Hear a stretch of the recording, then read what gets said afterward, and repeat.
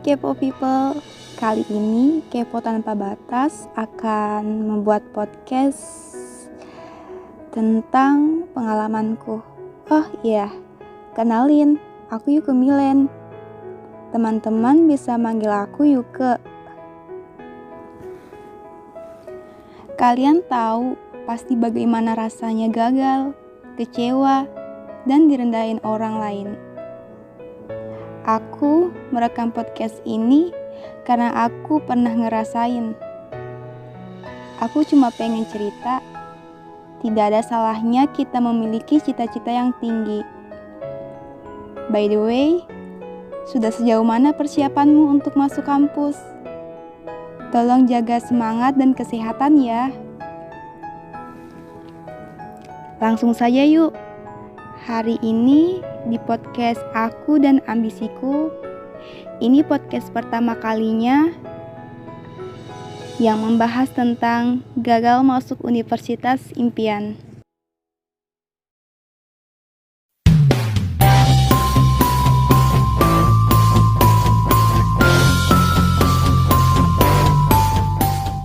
Aku ingat di penghujung semester kelas 3 SMA, aku ingat rasanya berharap pada satu impian, di mana diriku sedang membayangkan aku yang sedang memakai alma mater, berpose di tugu kampus impianku, menjadi mahasiswa teladan, kuliah di jurusan impian, sesuai yang sudah aku rencanakan 3 tahun, bahkan 5 tahun sebelumnya.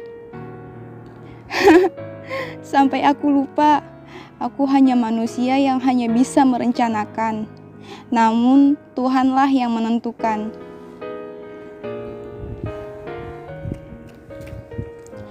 Kata ibu, tidak ada salahnya bermimpi. Kata ibu pula, tidak ada salahnya jika kita memiliki cita-cita yang tinggi. Ya, saat aku lagi down, hanya kata ibu yang selalu membuatku bangkit. Saat semua orang tidak ada yang percaya dengan cita-citaku, lain halnya dengan ibu. Dia selalu mengajariku agar aku bisa menggapai cita-citaku itu.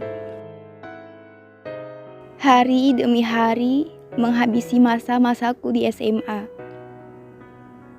Ketika teman-temanku duduk bercerita dengan teman-teman yang lain, ya, membahas tentang universitas impian mereka.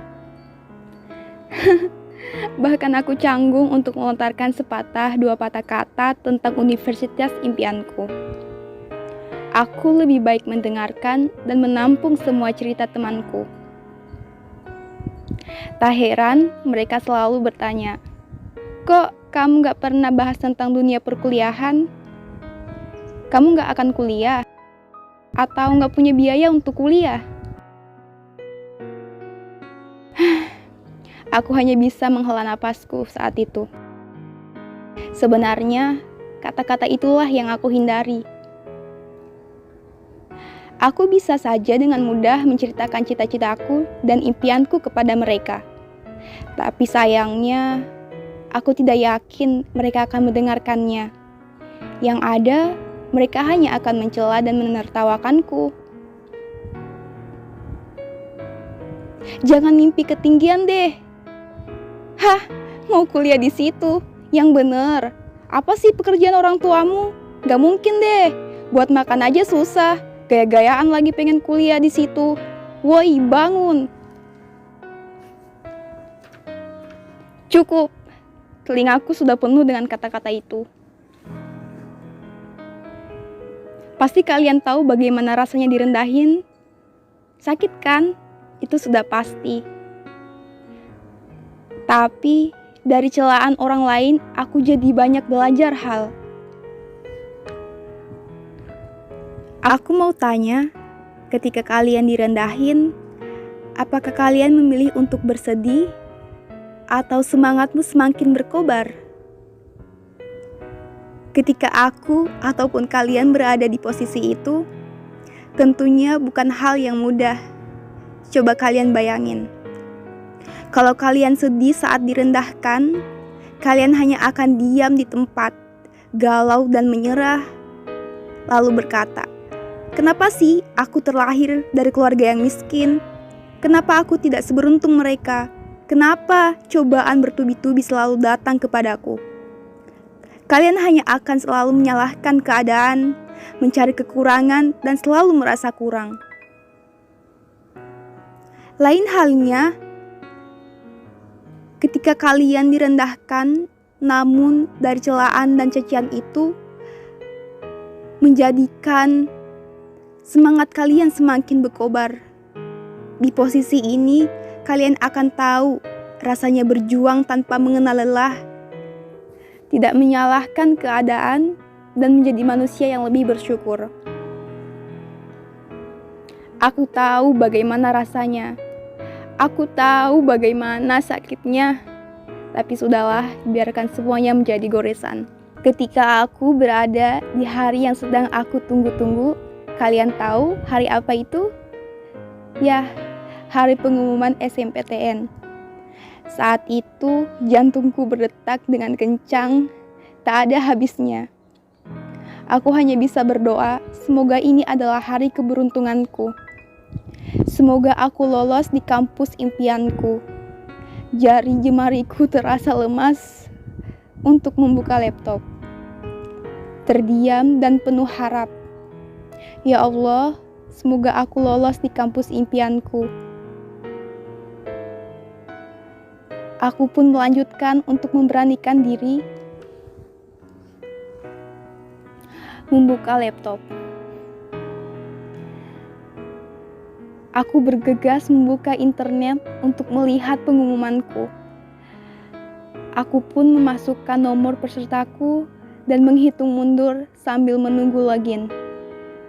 10, 9, 8, 7, 5, 4, 3, 2, dan ternyata hasilnya.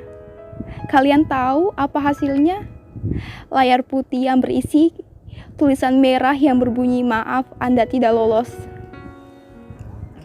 Badanku menjadi lemas, bahkan setelah mendapati pengumuman itu, aku mogok makan, kecewa dan putus asa. Ketika itu, ibu bertanya, "Nak, bagaimana hasil pengumumanmu?" Dengan wajah yang penuh harap. Aku hanya berusaha untuk tegar, tidak menangis di hadapan ibu. "Maaf Bu, aku tidak lulus." Ya, lagi-lagi ibu menguatkanku agar aku tidak putus asa. Saat itu, teman-temanku meneleponku satu demi satu dan bertanya, "Gimana kamu lulus?" Dengan suara yang lirih, aku menjawab, "Aku gak lulus." "Kalau kamu, aku lulus dong." Begitu sakit mendengar teman-temanmu lulus di kampus impiannya, sedangkan aku